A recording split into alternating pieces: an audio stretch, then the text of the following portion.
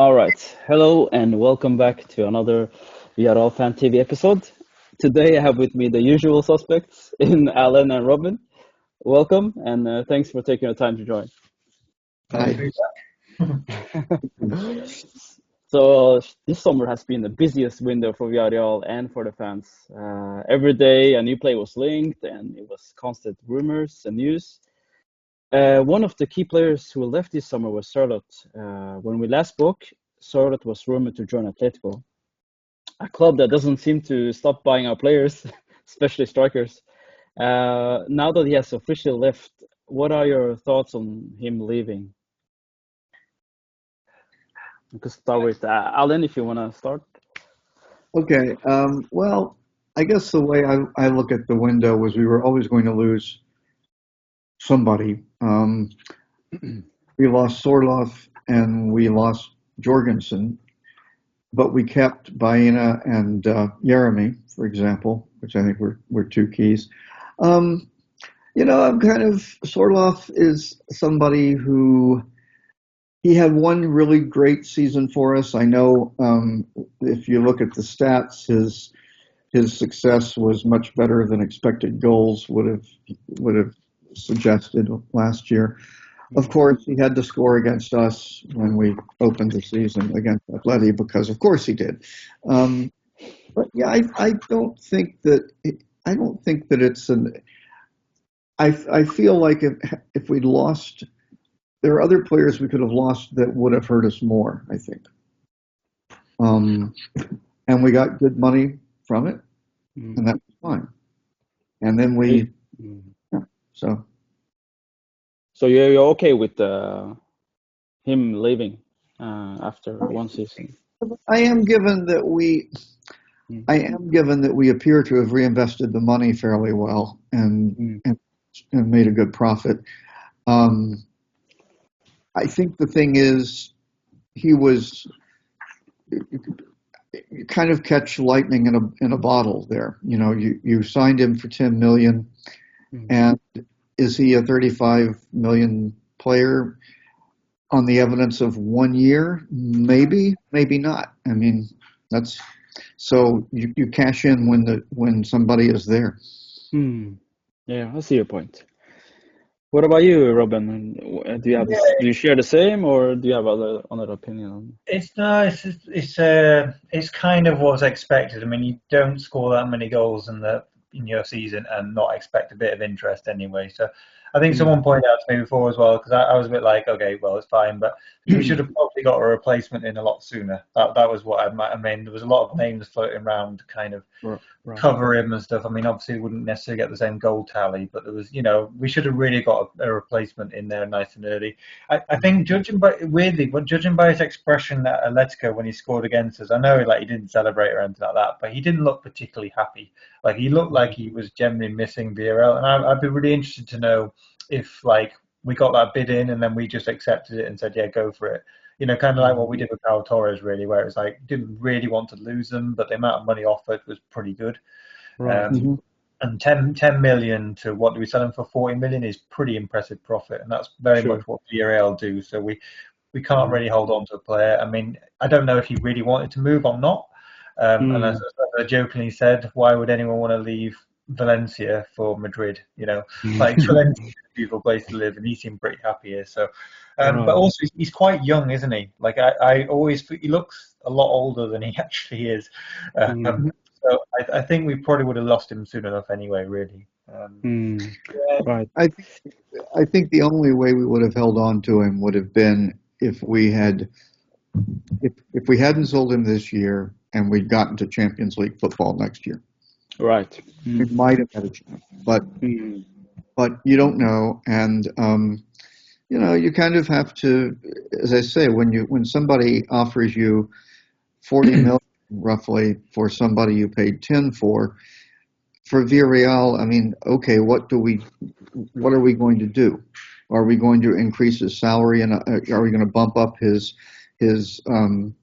release clause, and that would include bumping up his salary a lot?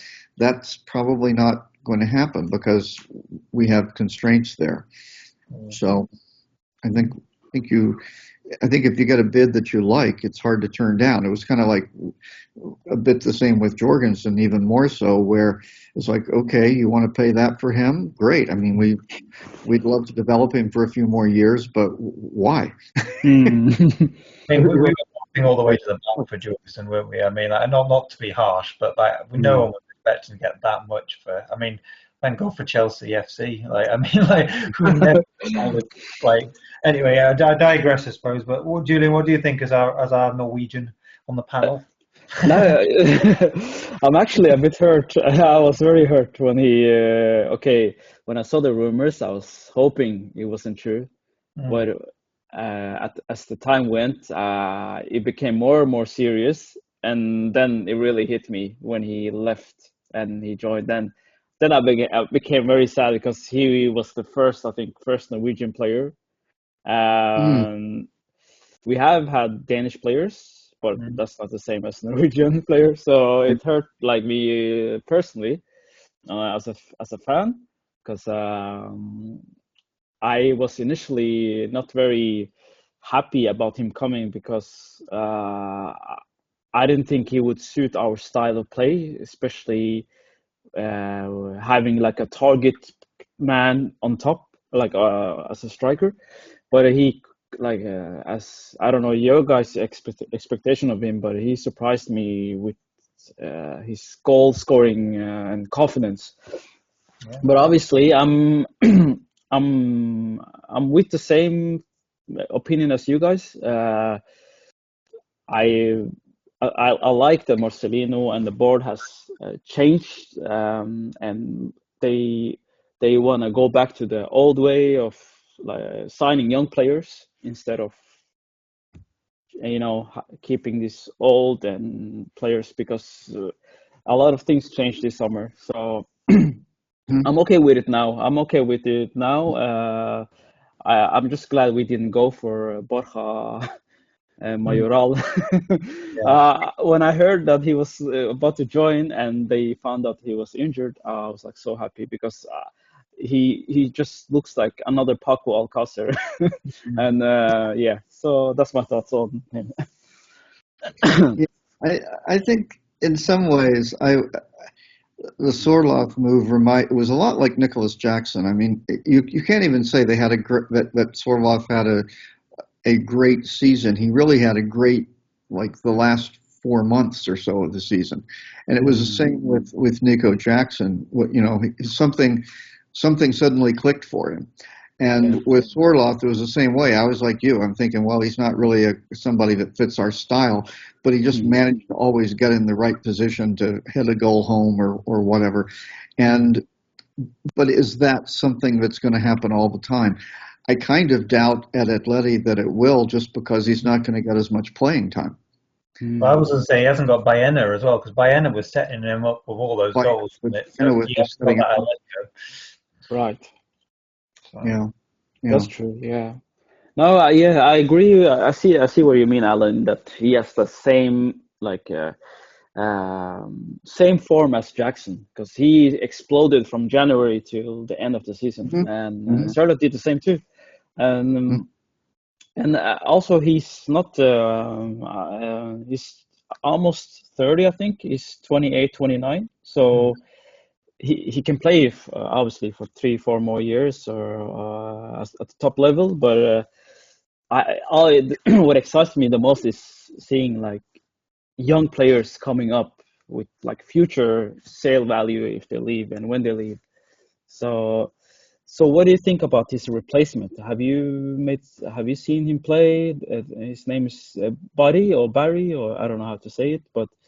I did not see the Valencia match. I saw him. I saw the other ones, and I liked what I saw. But I mean, Valencia, I guess, was really, because of the sending off, he was really very isolated most of the time. So I think he worked very hard to very little effect, just because he didn't have a lot of help there. But I think he's a talent. The question is, can he make the step up from the league where he was playing to La Liga? And from what I could see, I think so. I think he could be quite good. What do you think, Robin? Have you seen him play? Yeah, I've been watching, and I'm glad he's getting game time as well, because I was a bit worried it would just be Perez and Moreno up top. So he's very rustique, isn't he? Like how's the word to describe? He's so unconventional in the way he runs quite strange. The way he runs, yeah. He's like a little terrier. I mean, I run exactly like him, so it's great. Great to see that other people can make it. But I think he's quite good. The only thing I'm a bit worried about, like I love his force of nature, I like his movement, I like his tenacity. I'm not sure what he's like in the front of goal, because the goal he scored was a header. So it's quite difficult to tell what it'd be like as a all-out striker. I don't think you're going to kind of get the same thing that you get with, say, the Sørloth, in the sense of like a turning around and shooting. It's more going to be like quite scrappy goals, I think, and kind of running at defense stuff. So I mean, that would probably I mean, what we found with Gerard Moreno was he can play with absolutely anyone. I mean, he even made Alcácer look good once or twice. So like, at the same time, you can have a good partnership there. And I think Moreno is kind of like Albiol in defence, where he sort of makes the partner better. So Albiol now, but so.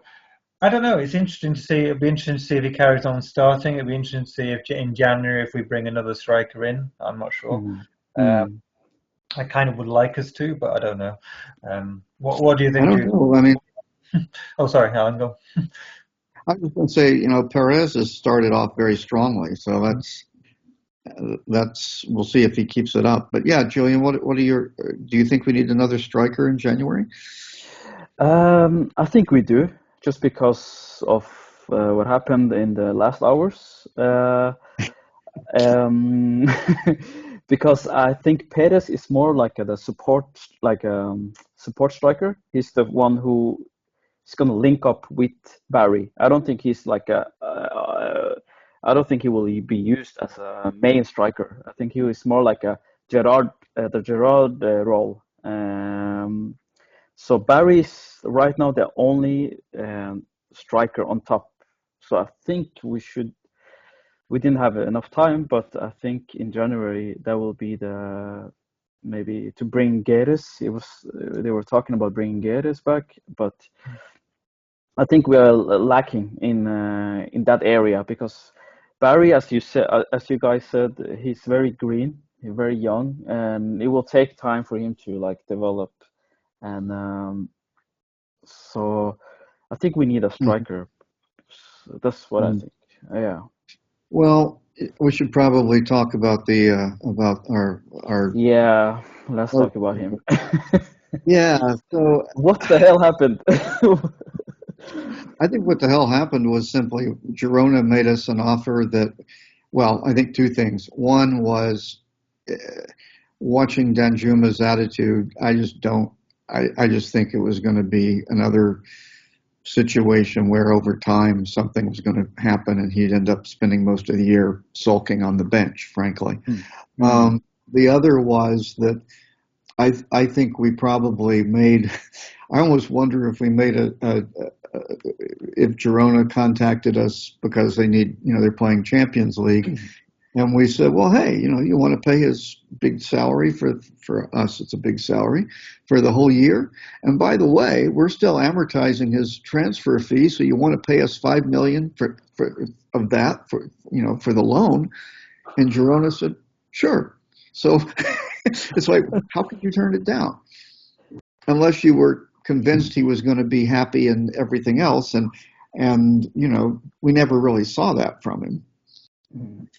I get the impression he's not going to be happy anywhere anyway. So absolutely good riddance for me. I've been wanting to get rid of him for the last 2 seasons, and I know that sounds really negative considering he started scoring some goals. But I just don't think it's worth keeping a player that's not happy or is going to be difficult. Especially with a manager like Marcelino who wants absolute loyalty, and Marcelino gets the best out of every player. So you can't get the best out of a player that's just going to sulk and be bad-tempered and feed little things into the media. And he just had such a bad attitude problem, and he's going to flop at Girona as well. He's going to be exactly the same as sort of Tottenham and Everton he was. So I'm just very happy to see the back of him. I was hoping we get a set fee for him though. I know I'm not great with numbers, so I haven't really looked at the deal or anything. But it'd just be nice to get him completely off the books and gone myself. But I don't know, what's the Robin? Me and you, I don't actually know what he went for. with Girona. Alan, do you know? You mentioned 5 million. Can you talk about it? Like, what was the deal? It was like a sort of, it was loan, wasn't it? And then it was like 5 million is in cost. I think Alan was probably researching it. Okay. Not to Yeah. interrupt. No, it's fine. But yeah, I just saw that it was a loan deal and they were gonna pay his salary. Okay, that would be, yeah. That's obviously you can't say no to that. But and his attitude, obviously. The weird thing is he was actually running a lot on the pitch. He was like tracking back, Yeah. and I thought for a second maybe maybe Marcelino changed his attitude or something, but Yeah. obviously didn't change anything. I don't know if it's true, but I heard that after he got subbed, I think it was against was it Atletico?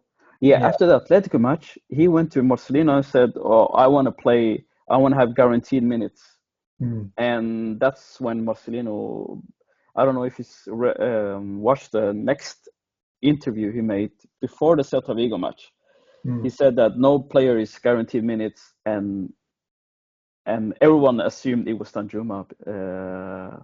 So it has to be a lot of things has gone behind the scenes, I think. I think he was playing for a move. That was the thing. He scored Right. a few goals. He tried a bit behind the scenes, and he didn't, but he was playing for a move. And I think he probably went to Marcelino and caused a stir as well because he knew that would cause problems.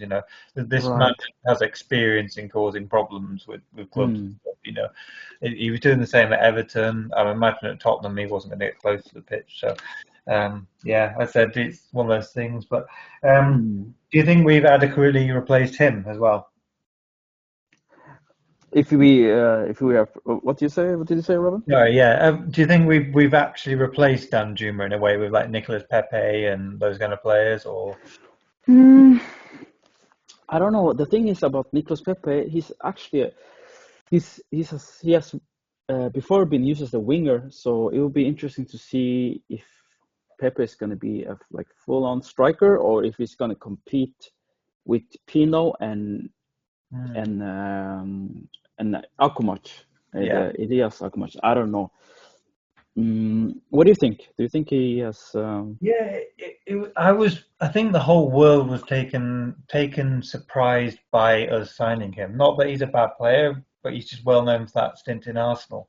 But it did surprise me that we've obviously got two wingers in that position, and I can't really see where he'd go in the squad. Really, I mean, I can understand sort of versatility and we can put him in there as sort of a right striker, but the right wing position is so full. I mean, I think Pino is always probably likely to start. Yeah. What did you think of Ilias? Did you see that Ilias was offered? There was like 25 million or something, wasn't there, offered for him? Yeah, I saw it, and he rejected it. That's really surprised me, and I think it shows his loyalty to the club, and he wants to stay at the top level and compete. And that's the type of attitude you expect from young players, and not so. Danjuma can learn a thing and can learn something from Elias.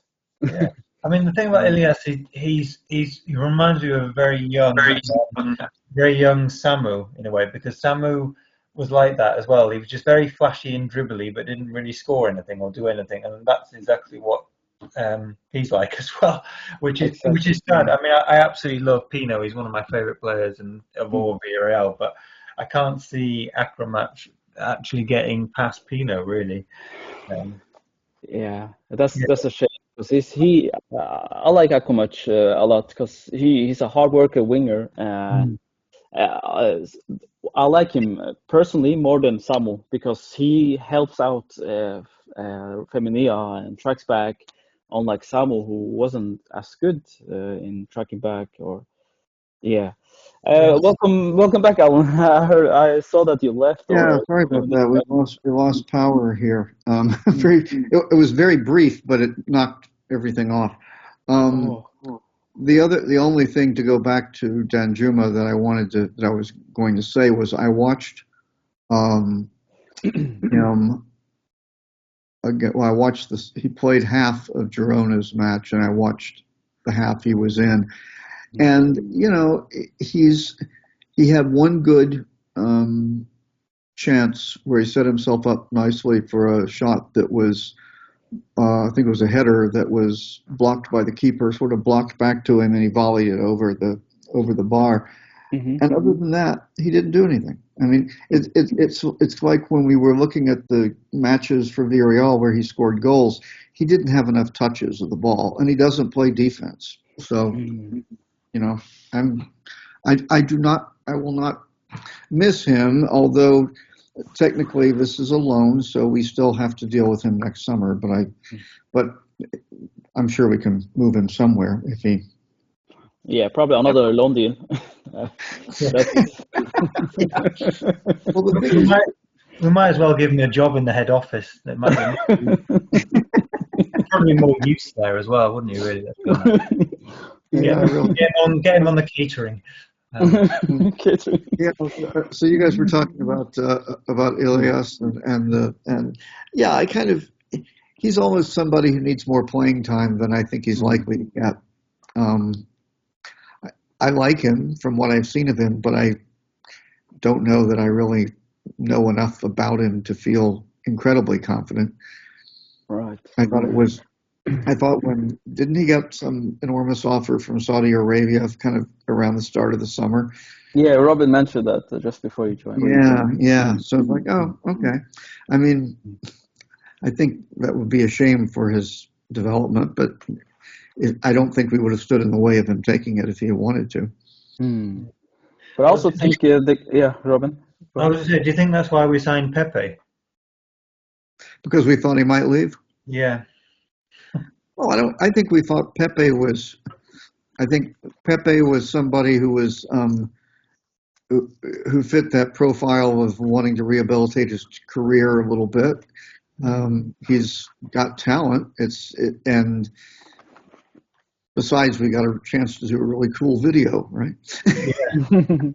It's definitely our friend Juan at Villarreal that was on that. I think I get the impression like it's the same with the Logan Costa thing. I knew there was going to be an X-Men reference in there, and it's definitely with the claws. Yes. That was very very. I knew everyone knew that was coming. Yep. Anyway, sorry. I think, that's fine. Yeah, I think overall I think Pepe is somebody. He can play in some different positions. He can do a bunch of things for you.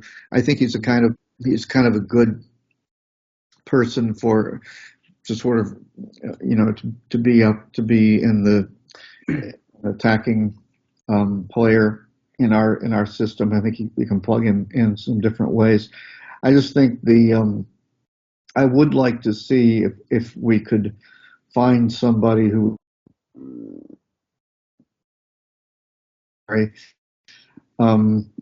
think the other thing is we're just really dependent on, as we saw with the Valencia match when we had given Baena the permission to take his vacation early after playing in the Olympics, and we had Gerard injured. Can't remember who else was injured, but we sort of didn't have a lot of players out there who had played together with each other very long. Yeah, and it was evident on the pitch as well. They looked disjointed. The whole team, they didn't understand each other. And the weird thing is, so many players were all of a sudden injured. Like there were 4 or 5 key players who were not playing, or because of injury, or because of the vacation with Baena, obviously. But despite that, we didn't have much control in any of the matches. We can talk about it. Maybe the league. How are you happy with the performance, or are you surprised that we have so many points based on our performance? Like what do you guys think? Yeah, it's weird, isn't it? I mean, we haven't been playing beautiful football, but this is very much Marcelino's sort of football, isn't it? Really, it's not. It always was sort of scrappy and quick and counter-attacking sort of thing. So I'm not surprised. I think the Valencia game was probably the first game where I sort of questioned it a bit, like in terms of, were we playing well? But like you said, a lot of people were injured. We were convoluted. A lot of players all over the place, and we did well to sort of keep in that game. I mean, that sending off was ridiculous, and that was definitely going to happen. You could see that it was all matched. There was something gearing up towards him being sent off, but. I think it's looking exciting. I think Villarreal have got a kind of feeling of excitement. I mean, after the turmoil we've had the last few years, I think it's really exciting. I think the points, long may it continue that we're up there as well, but we're certainly up for a fight in a game as well. Because you remember the last few seasons, we used to just, if we conceded a goal, we were down and out, weren't we? We just didn't bother for the rest of the match. Whereas now we've got this fighting spirit back, which is massive. So I think it's quite exciting. We're not playing beautiful football yet, but I think it's going to arrive, I guess. What do you think, Julian? No, I'm sharing the same view as you, because this is the first season I feel like I'm excited for the season because of all these new young signings, finally getting rid of a lot of old players who were just there, like Coquelin was injured half the time. All these players who wouldn't take us to the next step. They're finally gone. So now with these new players, it's exciting, and I feel like this team is much stronger than last year. Like we have even more depth in every position. And with less competition, I think we can like at least hope for top 4, top 5. I'll be very happy if we play like this. What do you guys think? The only thing I would say is, I think we've got more points than I thought we'd have at this point. And I think we, by and large, have deserved the points we have, not necessarily in the games where we got them, but I think as I said, watching the Celta match, if you watch that, if that had been played 10 times, I don't know how many times we would have won. Probably would have lost more than we would have won. It was one of those strange games. Yeah. But as Robin said, that's sort of Marcelino's style anyway. I mean, we're not trying to play beautiful possession football and pass the other team off the pitch. We're trying to break forward and counterattack and yet provide some support so that we're not just having the ball against us all the time. I'm excited too. I think the question for me is going to be, in a way, I want to see how we do when we play the teams that are poor, because historically that's where Villarreal always struggle. We get up for matches against Atleti and Barcelona and Madrid, and then we go to Alaves and futz around. Yeah. Or Mallorca and get beaten to the delight of their home fans. So, I think I'll be more excited if we can go into some of these, basically what ought to be the bottom third teams in the league, and we win there.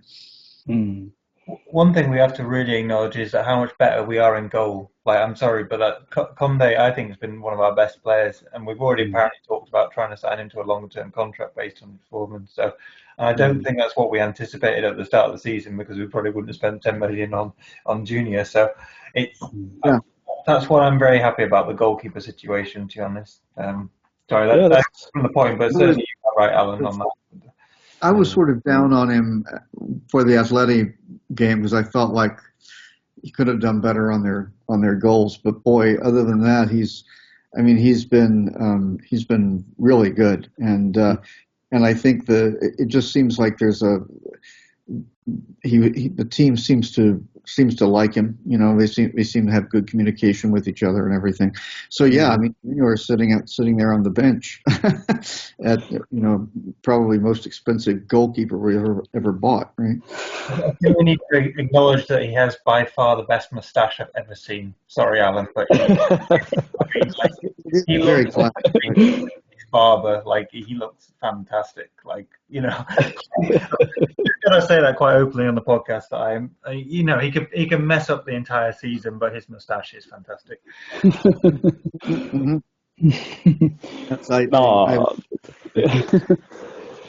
No, I agree with you. I was actually about to bring it up now. Conde has really been impressive. Like for a guy who was thought to be the secondary goalkeeper, he has really stepped up to the plate.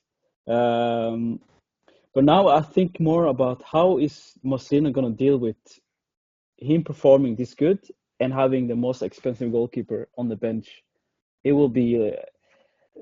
How do you think you guys he will figure this out? Because it's not going to be easy if Conde keeps performing like this.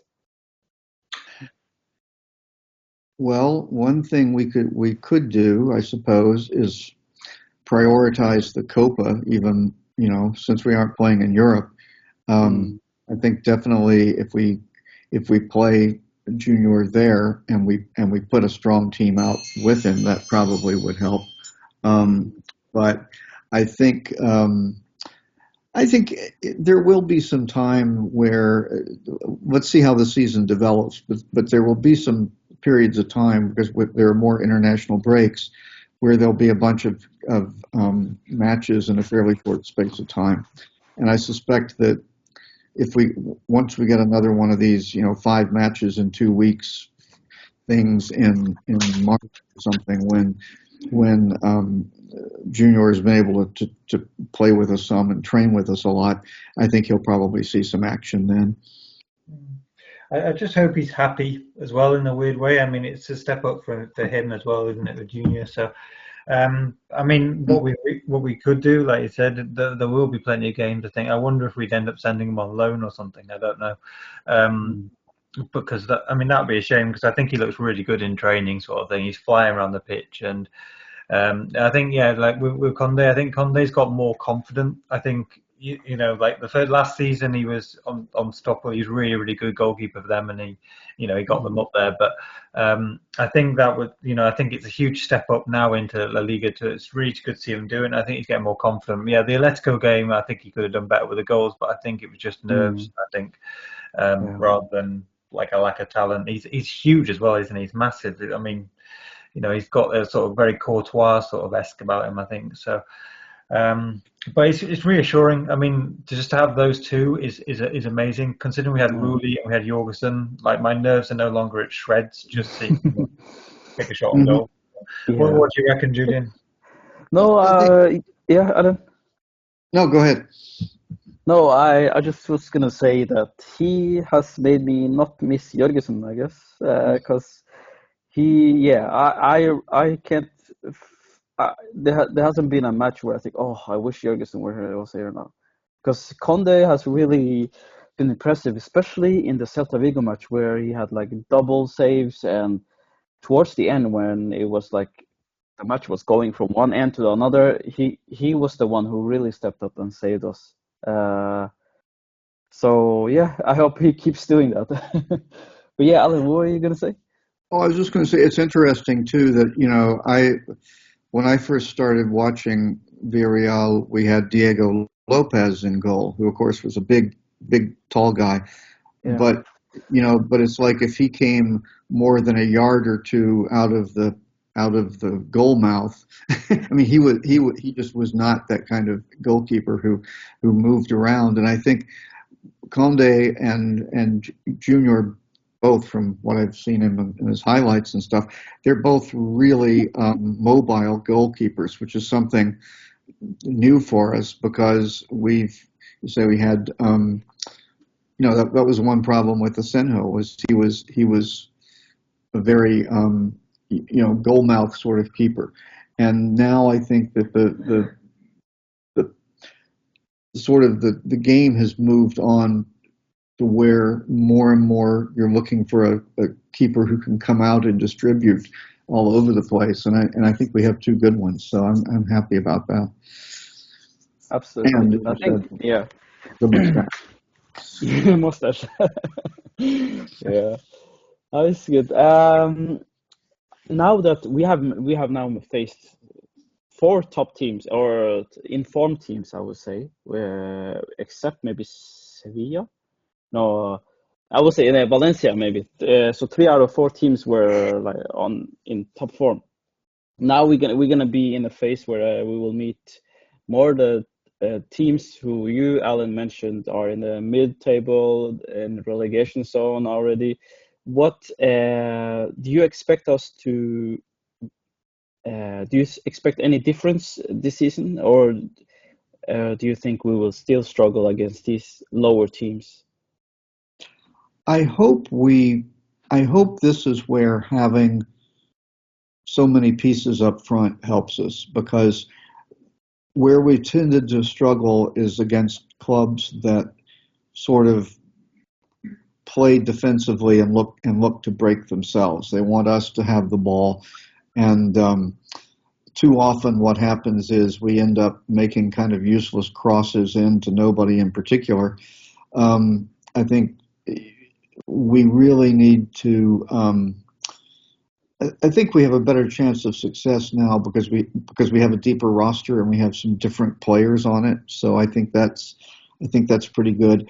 I think I worry about the lack of pace in the defense, or maybe I should say the lack of pace of Albiol in the defense, because what we saw is that teams are essentially going to bypass our midfield by just playing long balls forward and letting their guy running onto it.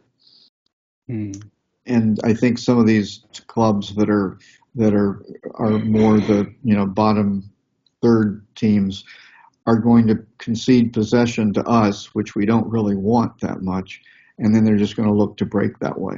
But I think we will be okay, because I think we have very skilled, Baena is a very skilled player. Gerard, when he's healthy, is, and we've got so many other players. Pepe, could step up. Barry, I think we'll do okay. I was frankly, given all the changes we had in the summer, the fact that we got a point against Atleti and maybe even deserved a little more was good. I think the team feels good about itself. We just have to make sure we don't, have the wheels come off against the Espanols of the world, I guess. Right. What do you think, Robin? I think I'm slightly worried about injuries now, which is the only thing that's kind of concerns me. But I completely agree with Alan that we've always struggled against those smaller sides that will just park the bus in a way, and then hit us on the counter. So, but I completely agree with Alan as well. Albiol, I'm really worried about him being a centre back, and I just think that I'd like to see him take a back seat, to be honest, because I think the centre backs that we've played have been really, really good. He's great at mentoring players and sort of coaching players through the game, but Eric Bailey is probably the best centre back we have, to be honest, at the moment. He's just been phenomenal. If he can stay fit, that's great. But I am worried about Albiol. But I think I trust in Marcelino. I've always said that, but he's technically quite really gifted in terms of dissecting teams. So he's not just like Setien, who just bombard them and attack them as quick as you can. It's like he tactically there, and I think we really utilising. I think Alan alluded to it. The wing play now. So if we have got those teams parking the bus, we actually spread that defence. With 4-4-2, it works really well that you can get those players to separate. Whereas if you played an old-fashioned system, or like 4-3-1 or whatever, then all you're doing is kind of going up against the same brick wall. But I think by having wide players like Baena and Pino, although Baena is, oh God, he's annoying, isn't he? Let's be honest. He's just, if I was playing football with Baena, I probably would happily punch him in the face, even if it was on my own team, because he's just on the floor. He's like a little, fighting and scrapping. It's like he's just spent more time whinging to the referee than anything. It's just, but yeah. Well, and I said the same thing about him. But the other thing I noticed was after him, playing in the Olympics and whatnot.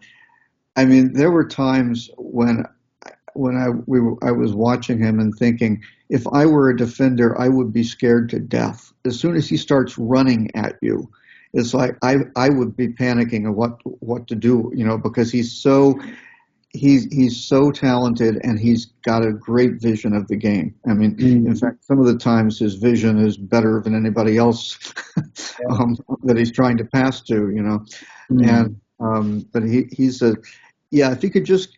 if he could kind of tame his competitive fire a little bit, that would help, very definitely. I think I'd take him out with an old-fashioned English slide tackle and probably might end up flooring him, to be honest. But yeah, he does have that talent. That's what he's so frustrating. I mean, he's a cracking free kick taker. Let's be honest. That's the greatest thing about him at the moment. Because can you imagine if we saw Parejo taking the free kicks? I mean, he skied them. It was ridiculous. So yeah, Baena is. I always think sometimes with Baena it'd be great if we played him more in the midfield role. Sometimes I think he's just a bit too isolated on that wing, but Marcelino's been very clever with him, I think. So, what do you think, Julian? Yeah, no, I agree with the Baena thing. His passing and his ability to find the strikers. It's something at that age as well. He's very good. But for me, when you describe him, Robin, I have the same thoughts about Pino, not Baena as much. I feel like Pino is that type who just annoying, tackles, always gets yellow card. Pino is for me that guy. Baena for me I feel he has calmed down a bit now with Marcelino. He's not as he still has those tendencies, but I feel like he controls it much more better now than before. As with Pino, for me, Pino is the huge question mark. It's probably rust and he hasn't played a lot, and I get that, but I haven't seen him do anything like noteworthy in the 4 matches that he has played, and so I hope really he steps up because he has a lot of competition this year. So yeah. Well, he does, and of course he's coming back from injury. I think that that's always a big thing when you're a young player. Your first real big injury like that you were out. But I kind of agree with you about him, Julian. I mean, there are times when his scrappiness is definitely over the line. But but he is somebody who works really, really, really hard defensively on the wing, and I think that's a real valuable person to have. Sure. So, it'll be interesting to see how he goes. As you say, we've got so many pieces to play with. So absolutely. We did that well, I think, because you remember under Samu, there was no defensive work from Samu. It was so frustrating to watch, and a winger. And I think Pepe is going to be the same. Where I just don't think there's going to be any defensive stuff there. So I think Pino does, like I think Alan said, he really does scrap it. He's not going to get loads of goals in a way, but I think he is clever and he's quick. So, but yeah, he does have the same tendencies as Baena. You are absolutely right. The other thing about say Baena, we made Baena captain once? Why? Like the captain's supposed to set an example, and I was like, right, okay, that's not great. If you're setting an example, I think that's partly, we had. I almost feel like that's a nod to the fact that he came up in our organization. Right. And, I thought it was a practical joke by Marcelino, to be honest. I just thought or maybe Marcelino gave him the captaincy and said, in return for this, you've got to learn to behave. He lasted 5 minutes doing that, and then was on the floor shouting at the referee. Yeah, well, I think it really does have to do with the fact that Baena comes across as somebody who, like Torres, like Albiol has a captaincy because he's been around since day one, right? Playing soccer somewhere, and is basically a coach on the pitch. So that I understand. I think Baena got it mostly because he's come up in the organization, and we want to it's a small reward for that. That's how I look at it. It's interesting when you mentioned Baena like that, because when he was first coming up, I never had him down as a first team player. Like, if you look at some of the second teams of VRL and stuff, there was a lot more players I thought would actually make it bigger than him, and he sort of came up because remember when he first appeared on the scene, he was being wrestled all over the place, wasn't he? He was being pushed over, and we're just like, oh no, not again. But Yeah. made it. Yeah, when I saw him play for the B team, you kind of notice him because of the way he's one of those players that the ball finds, and you notice him because of his style, I guess I would say that he has a very distinctive style of running and turning. I always find, but I didn't really see him do much. It was kind of like, okay, the guy looks really good, and then he runs, then he gets into space and he plays a pass to nobody in particular. But yeah, something happened. I would have picked, somebody like Ivan Martin or certainly Aleix Garcia to have been player that, of course, Aleix was older, but I would have picked him as a player who would have ended up playing in our midfield for some time. But Baena has really, different players age at different rates, and I think something happened where he kind of put it all together. Yeah. Still hope for Moy Gomez, Alan. You give me a hard time about Moy Gomez. Moy was. Moy was never anything worse than a squad player, and occasionally somewhat better. But he was never a player who was going to bring us 30 or 40 million in today's market. Certainly. I don't think the Spanish Federation agreed with you because they made him into the Spanish younger squad, didn't they? For a long time, he was in the junior squad, wasn't he? I think he was in the youth squad, but I don't think he ever got called up to the senior squad, did he? No, I don't think so either. To be honest, I think he was one of those players who sort of hit his plateau fairly early. Yeah, maybe at 23 or something, and you don't know how it's going to work. Yeah, kind of like Vieto, if you guys remember, he hit early and then disappeared after that. Yeah, that's always the revenge when I mention Moy Gomez and then Alan comes back at me with Vieto. Yes, Vieto. Oh, man. Well, again, talk about making the most out of one season. Right. I was looking at his transfer record because right before the deadline, there was some rumor about, some idiot had put out a rumor about, Villarreal signing Vieto, and I'm like, yeah, right. I don't even know where he is. And I went back and looked at his transfer record, and we are the only club ever to make money from him. Really? That says a lot. Yeah. I mean, he just basically sank out of sight after going to Atleti and everything. Never really did anything. They absolutely destroyed his career. Let's go, and I imagine they'll probably do the same with Sørloth, to be honest. But there we go. Yeah, he was criticized. That's a good segue because Sørloth was subbed right after the goal he scored. Yeah. And after the match, Simeone was saying, "Oh, he wasn't active enough, so I subbed him." And so it will be interesting to see how. And also they bought Julian, who is a guaranteed who has to start. He has to start. So it will be interesting to see how he deals with that. Yes. It will be. I think Atleti are definitely a top 2 team this year. I still think Barcelona are going to screw things up. I just have this belief that they can't. All of their failings and financial shenanigans and everything are going to catch up with them in the end.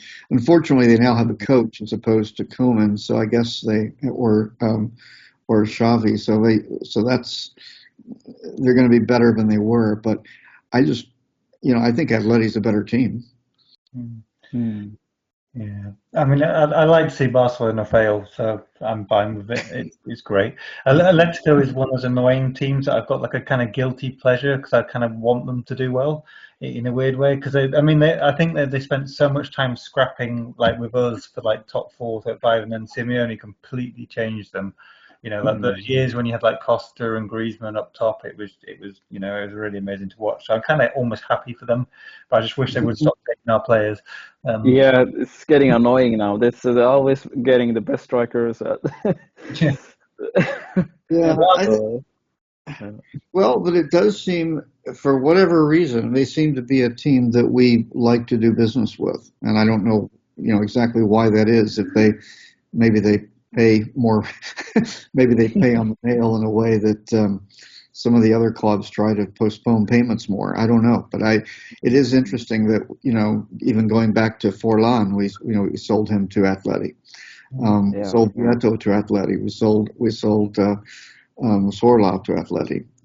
We sold Dean to Atleti. Rodri. Yeah, and Rodri. Yeah, I mean, so there's a real pipeline there almost.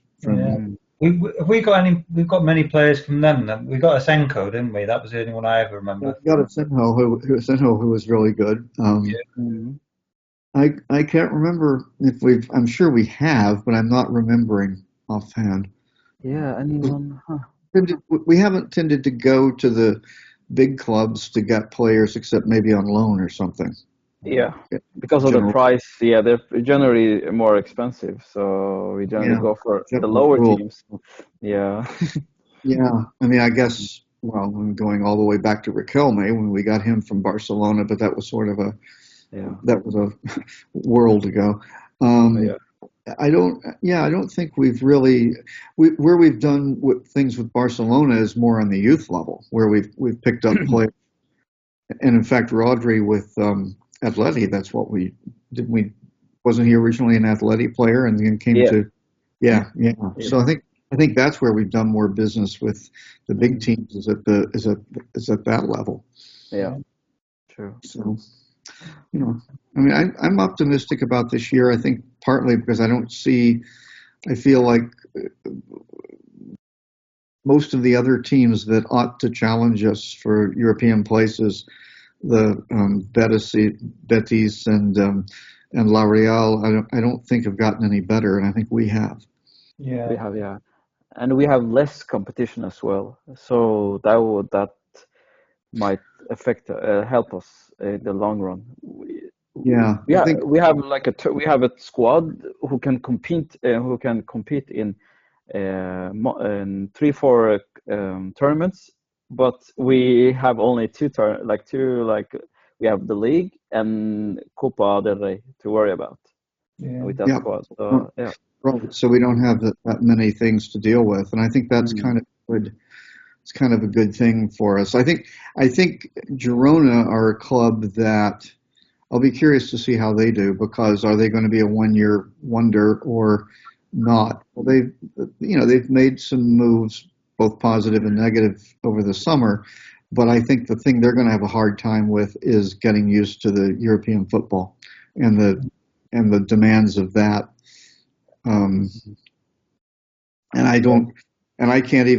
Don't get me started on the new Champions League format, because I can't understand it, nor do I want to.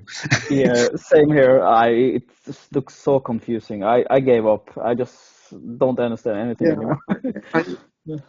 I also think there was just a real, I mean, in a bizarre way, I enjoyed, because we were in the Europa League so much, I always enjoyed seeing teams drop down from the Champions to the Europa League. I felt like that really made the knockout rounds much more competitive. And now that that's not going to happen, I think the Europa League is going to be much less interesting. I'm kind of opposite. I hated that, because it was like you'd go all the way up there into the top and you do it, and then you end up playing like Man United or Arsenal because they play crap.